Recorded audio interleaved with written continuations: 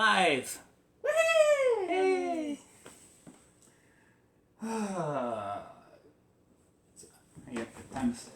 Yes. Your show will go live in 5 seconds. 4, 3, Here we are. 2, 1.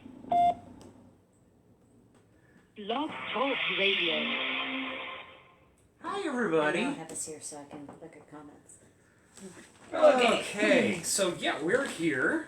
We're here, You're out there in digital land. and well, it's been a very busy weekend for us. It Uh, became the Beth and Chris show this weekend. which is good. Yeah, That's good. yep. We got it done. We may be a little tired, so glad if you're here watching with us, we're very appreciative of that. There's a lot of scotch tonight. Yes. Yep. So, how much did you pour me? 3 fingers. She's. You see that? That's He all said straight. he had a bad day. I That's was all trying straight. to help it. It's all straight Scotch. It's gonna be a fun show tonight. As I said, he said he had a bad day. I was trying to help. I also made him cookies. You did, and those are amazing. And I made him banana muffins too.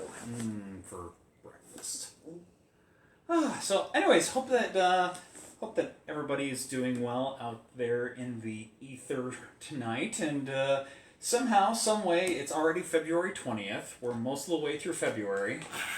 I don't know where the time goes anymore. Time doesn't exist. It just, I don't know. Anyway, we're not going to ponder that. That's too deep a dive tonight. But yeah, so this past weekend we had a good Churchill tour on Friday. Yep.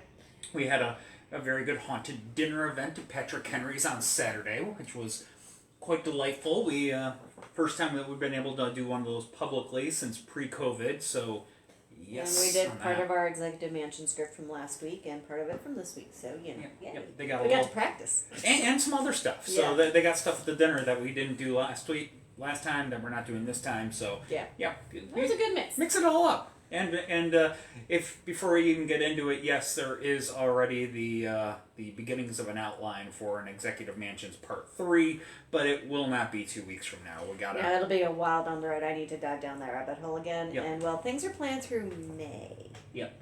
So it'll be post-May. so yeah, but anyway, so let's see. We've been busy. Oh, coming up this coming weekend, we got another one of our special events. Yes. This Saturday, we're partnered again with the John Marshall House for one of our tours over there. So tickets are available. You can go ahead and get those for we got tickets available at 7 and 8 o'clock. Mm-hmm. That tour is fantastic. It Love is. that tour. It's a Yeah. lot of fun. And First so half is inside with the John Marshall docents and CPRI. Second half is outside with us. yep. So, yeah. Yeah, but yeah, and Dana just chimed in, Happy President's Day, and yes, that's actually part of the reason why we're doing the Executive Mansions 2 weeks ago and again tonight is because it's President's Day today. So even though we're not talking about presidents today, It's executive mansion. it's Executive Mansions. Ronald Reagan does get a very passing mention later on in the episode, but we'll get there. I'm getting ahead of myself. But let's go ahead and dive right in. We're going to actually start up north in Ohio, Columbus, Ohio, to be specific. And this is their old executive mansion, so not the current one. Now, we don't share a border with Ohio, but their capital city of Columbus is just a day's drive from us in downtown Richmond. And much like Richmond, one of their main thoroughfares is named Broad Street. I think it's a law you have to have a Broad Street in every city. Anyway, so it's on East Broad Street where many of the Columbus well-to-do settled in and around the turn of the century. East Broad Street in Columbus became one of the major residential hubs of the city during the major part of the growth between the mid-1800s and 1930s. Amongst these beautiful homes stands an eclectic brick and stone mansion hello Blair, and it was built in 1904 for Charles Lindbergh, a newspaperman and the president of the Layla Regalia Company, which produced flags and buntings. For context, Lindbergh's eventual next-door neighbor would be Joseph Firestone, the man who still adorns the famous tire manufacturer today. I'm getting attacked. That's rude, sir. Now, Lindenberg lived in this opulent home until 1920 when the state of Ohio purchased the mansion for use as the governor's residence. For the next 37 years, the home would serve 10 governors. It was then sold by the state as a new governor's residence was constructed in the nearby suburb of Bexley. The mansion was rezoned for commercial use and a variety of businesses moved in, including an event venue business, a restaurant, and a hair salon. The Ohio Historical Society also used this mansion for their headquarters for a period of time. Unfortunately, the building also stood empty for several intervals between various businesses. Then the Columbus Landmarks Foundation bought the property and made it their headquarters for a number of years, stabilizing its condition. However, the maintenance of this turn-of-the-century mansion was a huge chunk of change and little too much for the nonprofit organization to handle. So in the late 1990s, the Columbus Landmarks Foundation sold the building to a different nonprofit, the Columbus Foundation. Now, the Columbus Foundation's focus was on the general welfare of the community, and the old mansion afforded them the opportunity not only to revitalize its historic structure, but also to become the center of the community that they served. Though the building has seen multiple uses and has changed hands several times, one thing has remained consistent for many years: the spirits of generations past that still call the old governor's mansion home. There is a first spirit of the one-time housekeeper. This woman is dressed in a turn-of-the-century clothing befitting her station. She has been working and wandering these halls and rooms of the mansion, going on about her business while keeping an eye on the living. She's an African-American in a blue dress who is seen throughout the mansion. She is quiet and she's quite the active spirit who has taken an interest in the mansion's decor, renovation, and maintenance work that is done throughout the years. She's been known to take pictures off the walls she didn't like. On one occasion, she even appeared to the staff member and spoke to this person, expressing how happy she was with the renovations that were being done on the mansion. It's nice to know that the beautiful and historic home has a permanent caretaker keeping an eye on it from the spirited realm. Everything okay? I'm not sure. Yuna's intently staring at something. Do I need to go investigate? She's right here, Okay. staring at a space right behind us. Okay, so maybe we have a visitor. I mean, we do have a ghost in our house. Usually they're seen in the kitchen in the sunroom, but maybe they ventured for story time. Yep. So, everybody, so we have, this is Nico. Yes. Nico saw fit to come up and paw at me. Now he's got my lap, and I think that makes him happy. Yuna is over here staring at nothing that we can see. Vincent's over here at a blankie. Yeah, Vincent's out cold. And Lulu's probably upstairs in bed. Lulu is upstairs in bed. So, because that's just what Lulu does. So maybe she'll come down when she hears us talking and whatnot. Sorry, that went at the back of my nose. It was lovely. Yeah. So anyway, our next stop. Moving along, we're going to go to the central U.S. and we'll stop in the state of Oklahoma. Now, admitted to the Union in 1907 upon the merging of the Oklahoma and Indian Territories, Oklahoma was the 46th state to join the country. Which, if you think about it, is really kind of weird, considering it's smack dab in the center of the country. It was... Well, I mean, it was part of a huge land purchase to begin with. Oh, yeah, absolutely. But it's just so that it's smack dab in the middle of things. We had states to the east, west, north, south, but we had this big spot in the middle of the country that wasn't a state until 1907. Indian Territories, there's that whole thing. Yes, I do understand that. So, yes, that was certainly... And then they added that little... Yeah, so I get those issues. It's just kind of an interesting little oddity quirk about how the states were admitted to the Union. Now, anyways, after joining the Union for over 2 decades, the state's governors lived in private residences or hotels as the state legislature debated on where to build an executive residence and how to fund the construction. In 1927, a roaring oil boom, which included a producing oil well on the south lawn of the Capitol, erased all questions regarding the state's ability to fund a mansion. The legislature allocated $100,000 of state money to the project. 2 years later, another $39,000 was set aside to complete outbuildings and landscaping. Considerable chunk of change for the 1920s, even though it was the roaring 20s. Now, an Oklahoma City architectural firm, Leighton Hicks and Forsyth, built the Dutch colonial-style residence. Carthage limestone was used so the exterior would complement the state capitol building, and the mansion's, which is the neighbor's mansion, the mansion's neighbor to the west. There it is. Words. In October 1928, when the home was dedicated, its 14,000 square foot interior was divided into 19 rooms, including a library, parlor, dining room, grand ballroom, kitchen, sunroom, and 5 bedrooms. The mansion and its grounds have seen many changes over the years, often reflecting the current state of affairs in Oklahoma and the nation at large.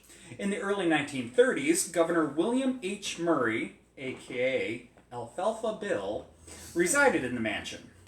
Murray was famous for his cost-saving measures during the Great Depression, such as turning the Capitol grounds into a pasture where sheep could be raised and the wool sold to save Oklahoma tax dollars. On a different occasion, he brought a team of mules to the mansion and personally plowed much of the lawn, converting the grounds into a vegetable garden where the poor were invited to plant potatoes to help feed their families. More infamously, Murray held his business meetings in red long johns while smoking cigars. Anyone who complained simply was not invited to meetings anymore.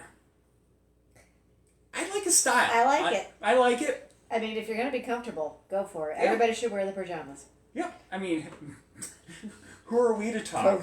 COVID, exactly. Who are we to talk? I don't know how many meetings I took on the couch in my pajamas. Granted, nobody could actually see that because it was all on the phone, but beside the point, I digress. Anyways, during the term of the next governor, well-known oil baron E.W. Marland, oil was found beneath the mansion and a producing well was added to the grounds. In fact, scores of derricks dotted the Capitol grounds throughout the oil boom years of the 1930s and 40s. Originally, the west entrance was used as the front door. However, that door faced a road that remained unpaved for 24 years, making it a hazard to guests until a paving project in 1952 finally corrected the situation. Still, the official entrance was eventually relocated to the north face of the mansion. In the 1960s, a helipad was hastily constructed at the southeast corner of the mansion to give then-President Lyndon Johnson's helicopter a convenient place to land during a visit to Oklahoma City. Upon his departure, the concrete surface was converted into a tennis court. Also of note is a swimming pool in the shape of the state of Oklahoma that was funded by private donors in the 1970s. Over the various generations of governors, many modifications were made to the mansion. More recent administrations have worked to return the mansion to its original state, preserving the building's historic value and highlighting the craftsmanship of native Oklahomans. As far as spirited inhabitants are concerned, the previously mentioned Alfalfa Bill is said to still roam the mansion's halls despite his term being up in 1935. According to staff, residents, and guests, Governor Murray haunts the stairs leading up to the second floor and causes people to stumble as they pass by. Former Oklahoma First Lady Kathy Keating once told the Chicago Tribune that she herself had been tripped. Keating did not believe in ghosts, but the stairs were inspected and found to be level, causing the answer to seem a little bit more on the spectral side. She was stumbling at the same spot over and over and over again. And there was absolutely no real physical reason for it. So, yeah, she blamed it on Governor Murray. Now, still, she seemed to bear no ill will to Governor Murray, saying, "Oh, he's ornery and he's fun." Ornery, yes. Fun. We might debate that one. Yeah. On another occasion during Governor Keating's tenure, his sons and some friends were watching TV in the basement when Murray's ghost walked through the room. The kids were only 14 at the time and too cool to admit to be scared. Still, whenever asked about the sighting, there would always be a nervous edge to their laugh. As far as mischievous spirits go, one could do worse than having to deal with Governor William Alfalfa Bill Murray. Yeah. I think I get along with the guy. As long as he doesn't blow smoke in my face, I'd be good. Yeah, there's that. Alright, so we're gonna pop over to Montana. Helena, Montana. Helena, Montana. Now, Montana was admitted to the Union in 1889, but it was a well-established territory before that, with a number of people earning their fortunes on the frontier. One of these individuals was William Chessman, a cobbler from Massachusetts who had become an experienced miner in the California goldfields, and subsequently built himself a respectable empire of mines, water leases, and other business ventures in the Last Chance Gulch, an area that is on the outskirts of modern Helena. Now, he used some of his formidable fortune to build himself a beautiful home in 1888 at the corner of North Ewing Street and East 6th Street. Unfortunately for Chessman, the Depression of 1893, aka the Silver Panic, crushed his finances and he was forced to sell his mansion. Over the next 2 decades, the mansion changed hand a couple of times between private owners before being purchased by the state of Montana to serve as the first official governor's residence in 1913. Now, why was there such a delay between Montana's statehood and the purchase of its first official residence? Well, it wasn't until 1913 that a Montana governor was elected that didn't actually already live in Helena. So the first governor from outside of Helena was Governor Sam Stewart, the state's 6th governor. And he moved into the mansion with his wife Stella and their 3 daughters and served as governor until 1921. 8 more governors would reside in this house until 1959, when a purpose-built governor's mansion was constructed by the state. The mansion was neglected for the next decade, inhabited only by a caretaker hired by the city, and to prevent the mansion from basically completely falling apart. Now, during this time, the caretaker would occasionally have the pleasure of being visited by the children of the former governors. Now, of course, they are all grown up. They would be allowed to wander in and about the old, disused home, sharing some of their memories of the life there, and much to the delight of the caretaker. He very much enjoyed the visits and their stories. You gonna come up here, baby girl? You're very restless. Now, the neglect finally gave way to preservation efforts in 1969 when the Montana Historical Society acquired the building and set to work restoring the mansion to its former glory. Today, guests can tour the mansion and take in the remarkable construction and furnishing. The mansion was outfitted with steam heat, but it also has 7 fireplaces that would have helped to fend off the cold. The first thing you see when you enter to the left is the parlor. It's highlighted with cherry wood crown molding and door frames, and the craftsmanship and splendor are only matched by the beautiful parquet flooring. Moving into the dining room, one of the highlights is the intricately carved chairs featuring the faces of lions. Now, I will say, during Governor Stewart's tenure, his daughters would use the lions' mouths to store their gum while they were eating. Let's go into the spirits, shall we? This one's for you, Patrick. One story in particular was common among the mansion's former residents. It was about a little cat that roamed in the mansion hallways. It was friendly, of course a beautiful little kitty, and it always came to the children, begging for attention. It would come bounding down the hallway, purring, rubbing against the kid's legs, and time and again the lucky child who had the cat's attention would bend down to scoop it up, but just as the child's hands closed over its little body, the ghost cat would disappear.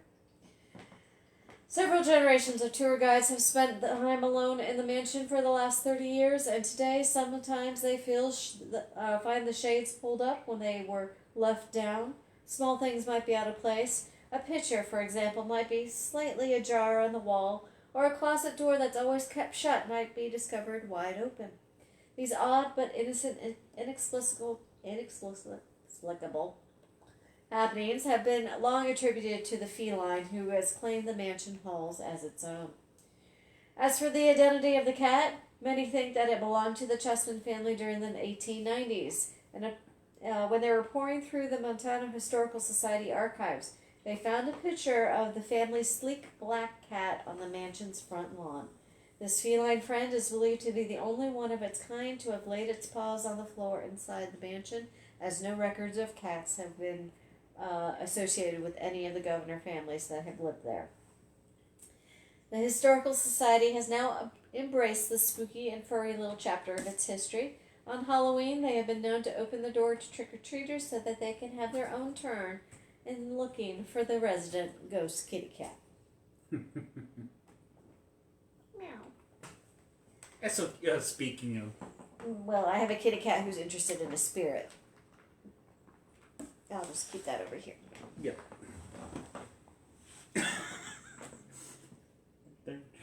They're quietly trying to get in trouble tonight. It's a mood. It's a mood. It's always a mood around What are here. you staring at on the ceiling? I am not looking up because I don't want to see something crawling across the ceiling. I don't see anything. Okay, cool. There's something They're with playing us. Made You Look. Tonight. Apparently, or there's something with us tonight that we just can't see and they can. Do I need to pour you a shot? There's enough poured out already for all of The us. sip's for you then. Yes. Cheers. Don't chug. Mm-mm. This is not meant to be chugged. Mm-mm.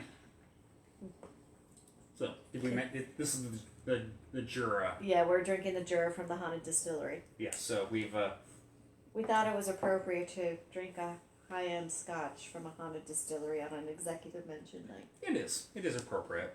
I mean, high end is relative. We still Higher end. higher end. We still got the bottle for what, $50? Something like And that. if we find it around here, it'll be 120. Oh yeah, absolutely. So, okay, moving on. All right, moving back east to the Empire State, we have the New York Executive Mansion in Albany. Given New York's history, it should come as no surprise that there are a few spirits to go with the metaphorical skeletons in the closet of the Executive Mansion. The mansion is over 160 years old and sits near the State Capitol building. According to historians, the only recorded death in the mansion occurred in 1909 when the Reverend David C. Hughes, father of Governor Charles Hughes, died of a stroke of apoplexy. Whether or not Reverend Hughes is responsible for the paranormal activity in the mansion is up for debate. Most people don't believe that the Reverend had any unfinished business to keep him around. Still, New York State Capitol Assistant Curator Stuart Lehman, who leads the annual Capitol Hauntings tours every Halloween, says visitors have reported a variety of strange sounds and sightings in the state buildings, including the governor's mansion. Former Governor David Patterson stepped up with his own take on the haunted mansion, telling the New York Post that the ghosts absolutely do exist in the house. Patterson says that while living at the mansion, his 5-year-old nephew told him he could feel an invisible hand guiding him up the stairs. The former governor also relayed one of his personal accounts. Patterson was in the second-floor bedroom late one night when he heard a sound like a vase smashing. He searched the building but could find nothing to explain the strange noise. The following day, he spoke with staff members who told the governor he'd encountered the mansion's resident ghost. Quote, "I told the staff, and they all got quiet and left the room. One came to me and said, 'Governor, nobody wanted to say this to you, but it's the ghost.' One employee is afraid to clean one of the rooms because she thinks the ghost is in the room." Staff members at the mansion believe the spirit is that of a former groundskeeper. In fact, they believe that it's the groundskeeper who worked for the historic mansion's original owners. The state purchased the mansion in 1877, but the building was constructed back in 1856, so the spirit may have been in residence for a very long time. You know one thing I didn't do with this story? I didn't check our Haunted New York books that we have so many of. I just realized that. We have a whole library here that We literally have half a dozen Haunted New York books, and I didn't look in a single one. Sigh. Research fail. Our head has been elsewhere. It has. It's been a very busy time. California? California. Oops. Hello. There we go. All right, so heading to the West Coast, we're going to land in Sacramento, California. This isn't our first trip to Sacramento, as we also dropped here a few times with haunted libraries, and we chatted about the spirits who lingered amongst the stack of both the Sacramento Public Library and the California State Library. This was last June, for those of you who need the reference. Now, Sacramento's origin story is one that is a little on the tough side. What are you doing? We're getting into trouble not so quietly anymore. Okay, we found the box of paper. Got it. Hmm. Now, its road to becoming a state capital was long and winding. It was the first city to be officially incorporated in California in 1850, but it was almost destroyed on multiple occasions in the few short years after it was founded. Multiple devastating floods, a cholera epidemic left the city tattered and nearly abandoned after about 80% of its residents either left town or died. Talk about your rebuilding. Yeah, Sacramento has a pretty dark past. So you're saying we're stopping there when we go take a tour of California? Sure, yeah, of course, why not? Yeah, they had a hard time getting off the ground, so to speak. So a major fire burned down nearly 80% of the city's structures in November of 1852. And despite all of this, Sacramento's location is just downstream of the famous Mother Lode, as it made an irresistible place to settle for hordes of gold miners who flocked to the region during the gold rush. It was likely that this wealth that eventually drew the state's legislature to Sacramento in 1854, despite all the hardships that the city faced up until that point. Now, before this, the legislature had convened in Monterey, San Jose, Vallejo, and Benicia. After 1854, the legislature only moved once a year to San Francisco in 1861 due to major flooding in Sacramento yet again. Still, the legislature seemed hesitant to put down roots, and it wasn't until 1879 that Sacramento was officially named the permanent state capital. Since it took so long for the state government to settle down, it also took them quite a while to find an official residence for the governor. Now, the governor's mansion, as it is known today as the California Governor's Mansion, was built in 1877 for Albert Galantine and a partner in the Sacramento hardware store of Huntington and Hopkins. In 1887, Gallatin sold the house to Joseph Steffens, a local businessman and father of the famous journalist and author Lincoln Steffens. The state of California purchased the house from Steffens in 1903, and by this point, Victorian architecture was somewhat out of style. But the house was still impressive and conveniently located and comfortable. After some minor modifications, the home was ready for the California First family. Governor George Parody and his family... That is Parody, right? Not Parody. Party, excuse me. I threw an extra letter in there. And his family were... oftentimes politicians are basically parodies of real life, but... That's the whiskey talking. I'll drink now. Anyway, George and his family were those first residents over the next 64 years of 12 other governors that would call it home, including Earl Warren, who later became Chief Justice of the United States Supreme Court, and Ronald Reagan, who later became President of the United States. We did mention that we would mention him. In 1967, Reagan was on his way out of office and the mansion was transferred to the California State Park System to use as a museum. Subsequent governors lived in a variety of residences in the greater Sacramento area, except for Arnold Schwarzenegger, who would typically commute from Los Angeles to Sacramento daily via a private jet. Talk about your deep pockets. He already owned the jet. Yeah, Just saying. Yeah. Anyway, the mansion did serve as the governor's residence again from 2015 to 2019 when Governor Jerry Brown and his wife lived there after an extensive renovation. Quite extensive.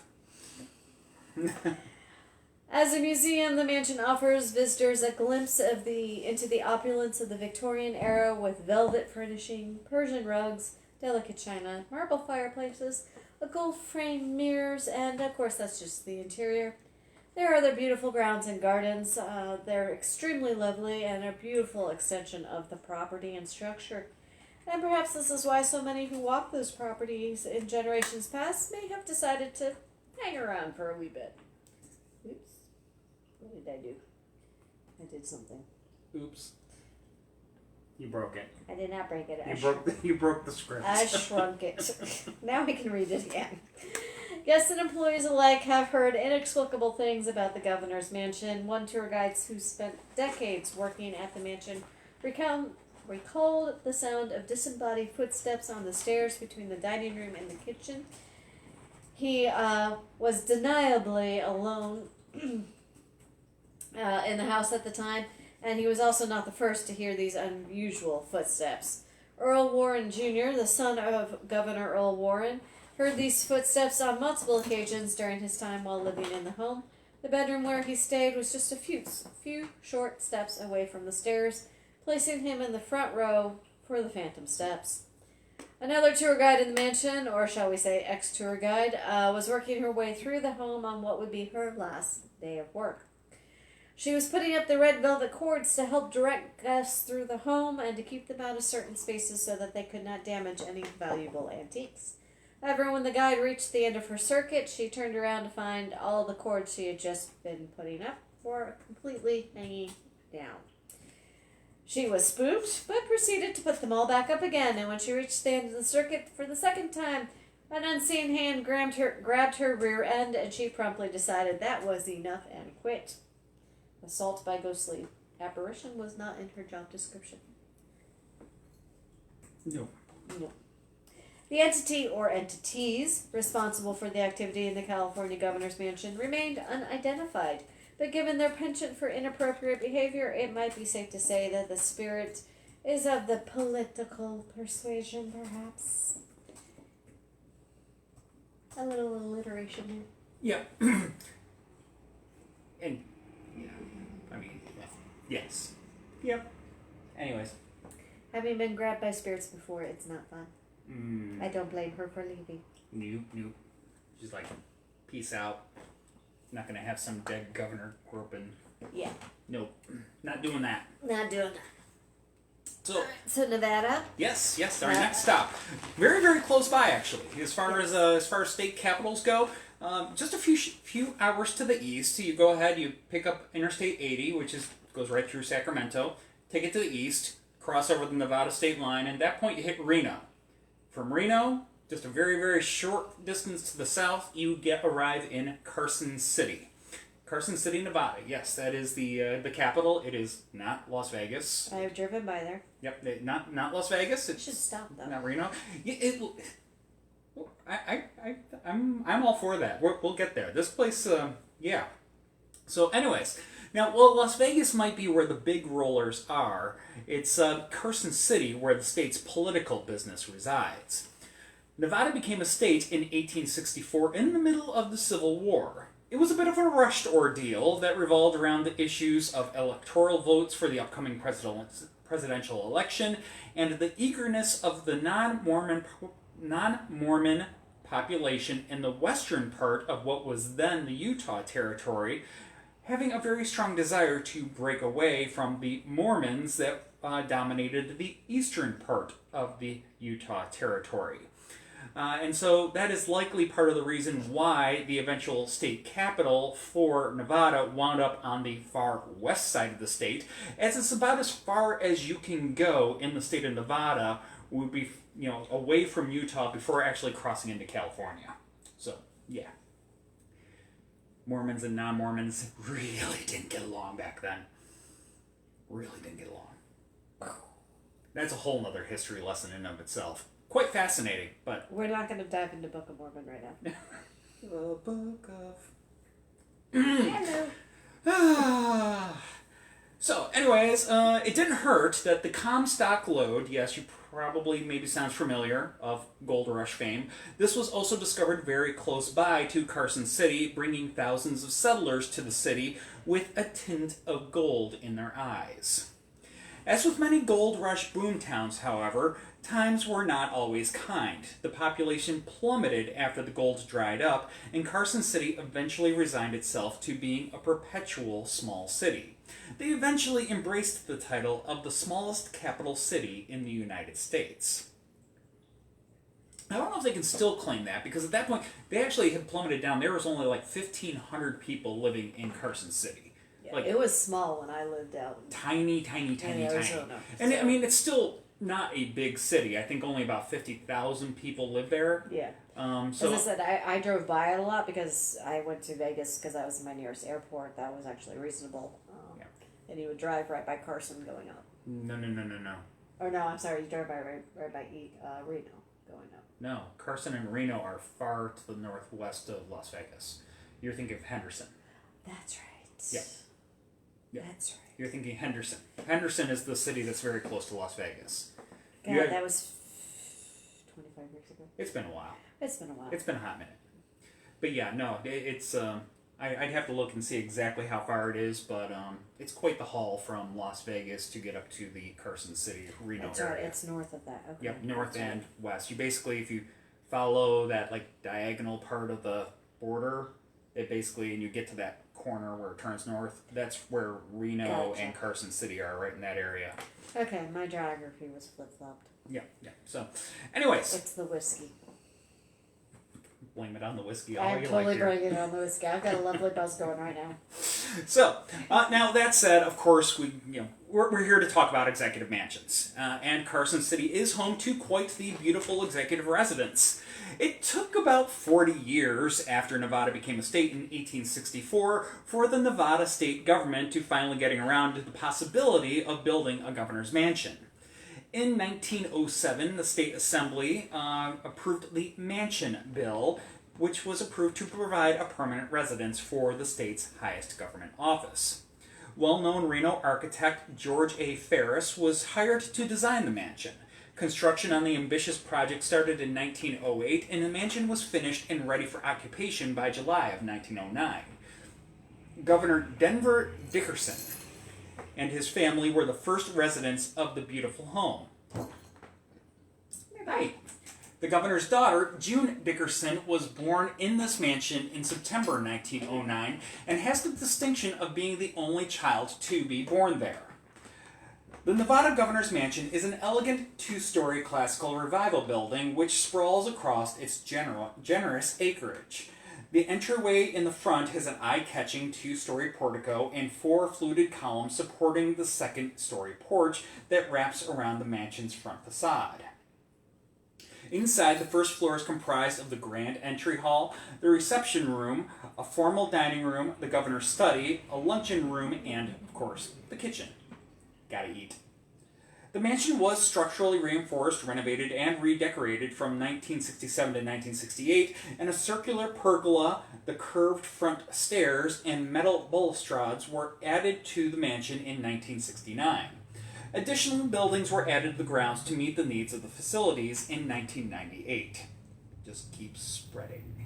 They had land to work with, though. Not like our governor's Do they mansion. have a Nevada-shaped pool, though? I don't Because think there's they at do. least 2 states that have their own pools shaped of their state.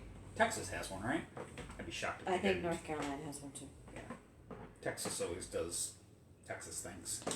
I'm sure it's a big, big pool because Texas. Everything's bigger in Texas.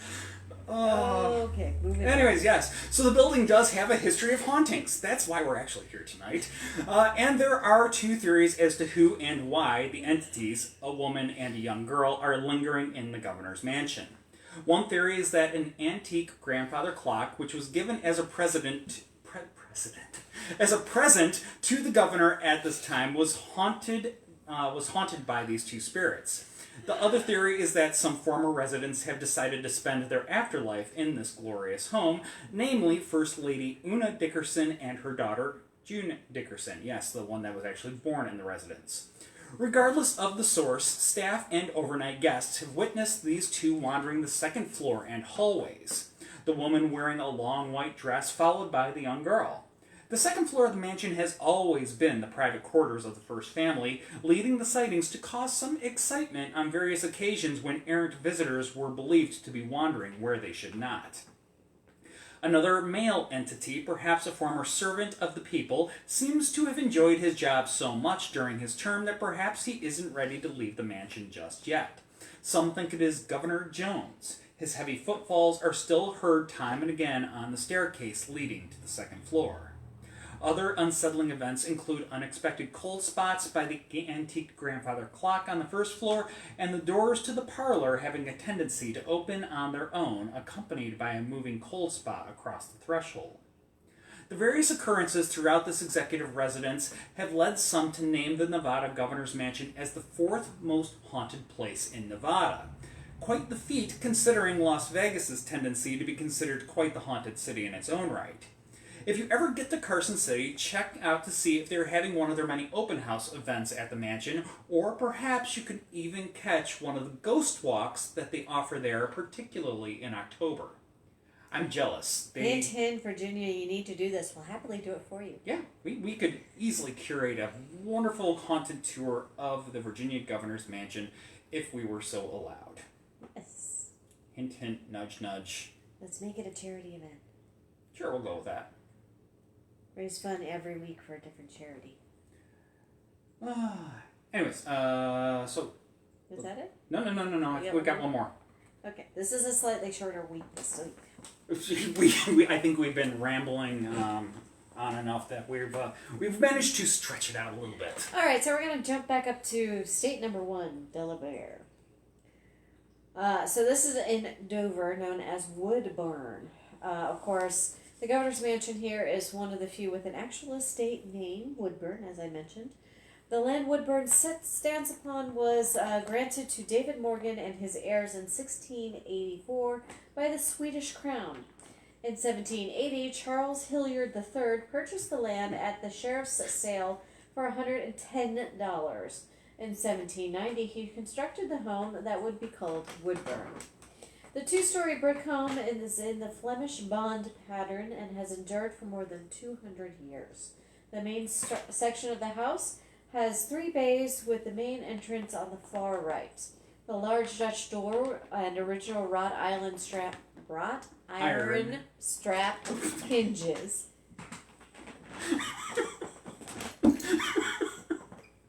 Cat politics. Okay. An iron lockbox allowed the door to swing open with very little effort. The door is surmounted by a large fanlight inside the projecting pediment, and the double-sash 9-panel windows are framed by sandstone blocks above and below and wooden dog-headed shutters. Okay, we totally should have done this one first before we've been drinking. All the alliteration? Yes. You're welcome. Blah. I did not do my tongue twisters. I did the editing, but you put it in order, so... You cut to. The chimney projects that... I just moved them. They They will be on the next time we get around to this. Do you need me to take over, dear?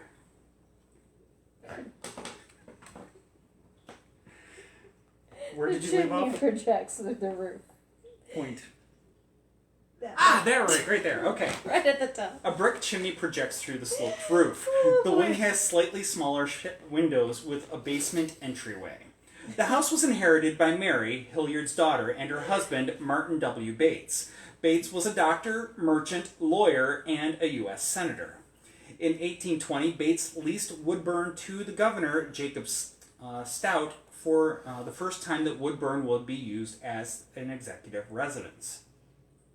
Bates sold the house in 1825 to Daniel and Mary Cowgill. Cowgill was a devoted abolitionist and a Quaker who freed his family's slaves and allowed them to meet in the Great Hall at Woodburn. The house remained in the family for years until it was sold in 1912 to Daniel O. Hastings. In his ownership, the brick front porch, pillars on the south facade, a reflecting pool, and numerous interior modifications were completed. He sold the house in 1918 to retired Philadelphia dentist Frank Hall, who also completed more renovations of the interior. In Hall's residency, a young guest named Jessica Irby visited the house. She would later live in the house as the wife of the governor of Delaware.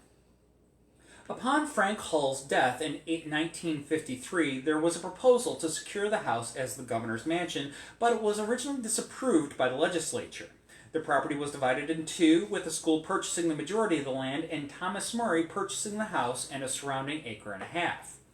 The proposal of a residence for the governor was revived in 1965 when Governor Charles L. Terry Jr. and his wife Jessica Irby Terry, yes, the Jessica Irby from before, secured Woodburn for the state. The house was refurbished by Miss Terry with period pieces dating from the house's construction. The decoration was completed a year later with an open house was held in February 1966. Woodburn has served as the official residence ever since. The first documented wood-burn ghost appeared around 1815, about 25 years after the house was built. Dr. and Mrs. Martin Bates, the owners at the time, were entertaining Mr. Lorenzo Dow, a well-known itinerant Methodist preacher. One morning at the breakfast table, Mrs. Bates asked Mr. Dow to begin the meal with a prayer. Mr. Dow hesitated and asked if they should wait for the other guest in the house. Surprised, Mrs. Bates explained that there were no other guests. Mr. Dow described in detail the gentleman he met on the staircase.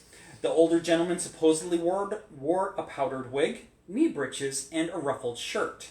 This description bothered Mrs. Bates a great deal because it was an exact sketch of her father, Mr. Charles Hilliard III. Now, Mr. Hilliard was the builder of Woodburn and has been seen by others since Mr. Dow. Mr. Hilliard, according to Dover history, was known to enjoy a strong drink, and he may still imbibe with some of the other spirited friends to this day. Multiple generations of governors and their wives have reported that leaving a decanter of wine in the dining room is like rolling out the welcome mat to the resident spirits. Disembodied footsteps are heard around the dining room at all hours of the night, and some have even reported seeing ghosts in Revolutionary-era clothing floating across the room. So Lafayette would fit in. Oh yeah, quite. These spirits have been called the wine ghosts by some, as unattended glasses of wine and wine decanters will be drained of their contents by these spirited guests. It seems that some of the ghosts still know how to party.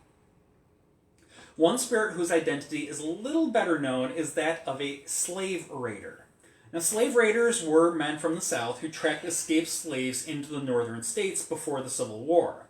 Given the spirit's one-time profession and the manner of his passing, it comes of little surprise that he is not exactly known to be amongst the more kindly spirits. His origin dates to the time when Dan Cowgill owned Woodburn. Now, again, Cowgill was a Quaker and abolitionist, and one night a group of angry raiders came to the mansion looking for escaped slaves. Cowgill was able to chase them off, except for one raider who attempted to escape by climbing a poplar tree in the front yard. He slipped and got his head caught in a knot of the tree. He hung there, trapped and unnoticed, until he died. This tree still stands. To this day, witnesses report seeing his body hanging in the tree and hearing his screams as he tries to escape. Ending Woodburn on a slightly brighter note, there is also the apparition of a small girl in a gingham dress and bonnet. She was first spotted in the 1940s and has been seen carrying a candle and walking the gardens outside the mansion. She was also seen by some guests in the Great Hall during an inaugural party for Governor Mike Castle in the 1980s. However, her identity seems to be a mystery. Fun note, many of these stories are featured on the official government website for the Delaware Governor's Mansion. They fully embrace their spookiness. They do. And well, you just leave it to decanter out for them every now and then, and all is good. Oh, let's see. I've been responding as You've me. been responding? As me.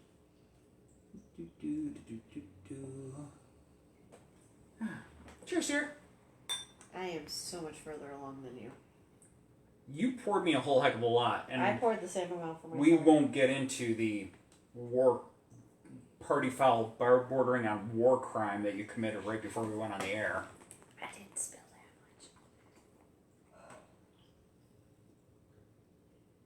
much. I didn't spill that much. You spilled good scotch. Note to self, I'm not allowed to flop on this when I've got scotch nearby. Oh, but yes, that was our last tale for this evening, and we stretched it out to almost 50 minutes. Yes, so our next tale will be March 6th. It'll be Haunted, North Dakota. And then on the 20th, it will be Ireland Part 3 per Alex's request. Which we're looking forward to. Yes. Happy to fulfill said request. So, And then on the 17th, we'll be doing Haunted Nevada. That's the wrong one, sorry. Wrong on one. the 3rd. You're in April right now. Yeah. So The 20th 20th is the Haunted Ireland. of March. 20th of March. And then the 3rd of April will be Haunted Tennessee. What's Tennessee? So those are the next 3 coming. Yep. As I said, I plan through May right now. because we got a lot going on. So we I've got been busy. we got a very slight bit of a reprieve in the next couple of weeks. Of course, we do have our special tour with John Marshall on Saturday. Knock on the wood, please. Thank you. Yep. But then, let's see. So then we got a couple of weeks of just quote-unquote normal tours. But it is March. It is March. And March is the beginning of festival season here in Richmond. Yes. And as you know, there are festivals galore in March. So we are... Namely around St. Patrick's time. Yes. So we're still figuring out, not necessarily the weekend of St. Patrick's, But which the is weekend after. St. Patrick's falls on a Friday this year. We have a Capitol Hill tour that night. What could possibly go wrong? That's why we're on Capitol Hill We're tonight. on Capitol Hill, yes. So, anyways, yes. But, so yeah, that's going to be a normal weekend of tours, though. Yep. At least as of right now. As of right now. And then the following weekend, there's So much major events. Two major events the following weekend. There is GalaxyCon here in Richmond, the pop culture type.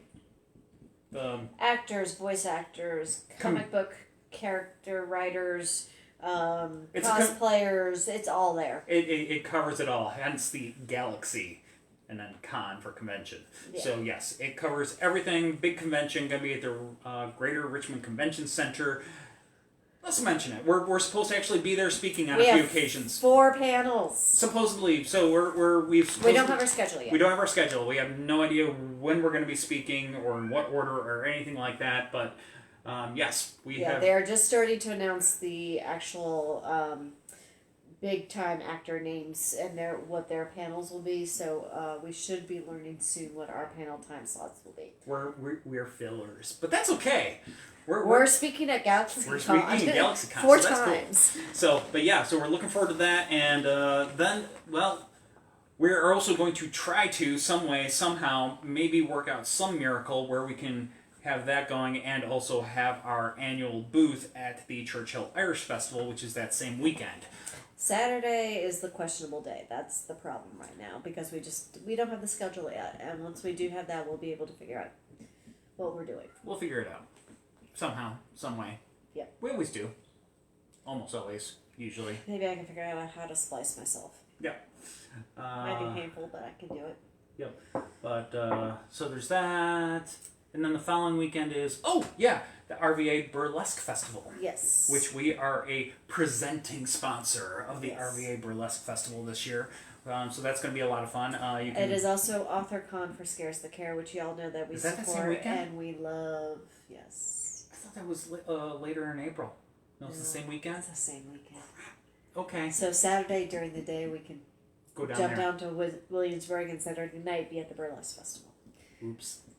Okay, well, yes. It's a busy weekend. It is back to back. 2 busy weekends back to back. And then we can breathe again. Yep. And in pollen season. And supposedly somehow, some way, we will work in editing for our scripts. That's the reason why I've gotten all the way through May. I still have to do my editing. Yes. I didn't finish editing this episode until less than 30 minutes before we went on the air tonight. So that's on me. I'll admit it. It is what it is. It happens. We get busy. Or we just fall asleep. That too. But with that, that's our big news. That's what's coming up for us. We hope you guys will support one of these things that we are involved in, or if not more than one, that would be fantastic. I'm trying to think, was there anything else? Patrick wants to know if you master by location between now and then, can you please share your secrets? Let me work on this. Clones. It's cloning. Yeah. Cloning. I was going to say, if I can figure out how to project an astral figure of myself somewhere that can actually pick up things, that could work. I just finished binge watching Black Mirror, that show. It's on Netflix. And they actually just had an episode where it was kind of weird. They're all weird, actually. But a woman had a little implant put into her head, like right up against her brain, sat there for a week, and then they extracted it, and it basically like absorbed her personality, all that. So she cloned via a chip in her brain. She cloned via a chip in her brain, and basically this was then put into like a personal assistant type thing. I could work with that. I suggest you watch the episode before committing to that. Okay. Bad things will happen, got it. Not necessarily to you, but Bad things will happen, got it. yeah. Can I go with the Picard version and have a body that I just upload my brain to? Okay. We'll go with that. That one seems to be working. But We digress. The whiskey allows us to digress. yeah, so Patrick's seen it. He kind of weird. That series is a lot. It is a lot. An awful lot. Okay, noted. Noted. All right. Well, we're borderline tipsy, going on drunk, and we're starting to ramble. Yes. So So we will see you all in 2 weeks. thank you for watching and putting up with us again Yes. for another episode. And of course, if you decide to join us live between now and then, that would be fantastic. We And promise person. that. I promise that if you come see us in person, we are not going to be drunk. We don't do our live stuff drunk. No, just we do that just. We don't do our in-person stuff. No. Drunk. No. The drinking happens afterward. Yeah, we are storytelling professionals. In real life, in the digital atmosphere, Okay, you're digging a hole. in the digital world, we just kind of cut the chains off. Thanks for watching, everybody. We're going to call it a night now. Good night, all. Have a good night. And as always, happy to chat with you anytime. Feel free to drop us a note or anything anytime. Happy to hear from you. Check out our new stuff that we're going to be adding to the website shortly. We have a new paranormal store. Yeah, That we're we're going to be updating. so yes. Say that now. We're work in progress. Yes. So Well, we finally got the stuff, so we can finally put it up for sale. yes. So. The T-shirts over there or something. We got a Is it sample. over there? I think so. Maybe under the blanket. Let me see. Real quick. I thought we put that upstairs. It's right here. Yeah, so we have a new T-shirt. Which we'll see I if we proved it revive. out, but it's got a little Hunts Richmond on the side, but it says, roses are red, violets are blue. I'd rather be doing something spooky with you. So, yep, there's that, and then it has the Haunts logo on the sleeve, which you maybe can. And we're going to be working on a few more of these. Yep. So, one thing at a time. Yeah. But we do have paranormal gear that you can buy as part of the ticket stuff now, and we're going to be having car stickers soon. So yeah, we've got some cool things that are now becoming available on our store. And hopefully at our festivals. Yes. Hopefully. Knock on Knock wood. on wood. All right. So with that, we will be calling it a night. Yes. I said that for probably the third time now. Okay, so now I'm going to do something. Yeah. You can. All right. So good night, all. We will see you in 2 weeks. Bye. Bye.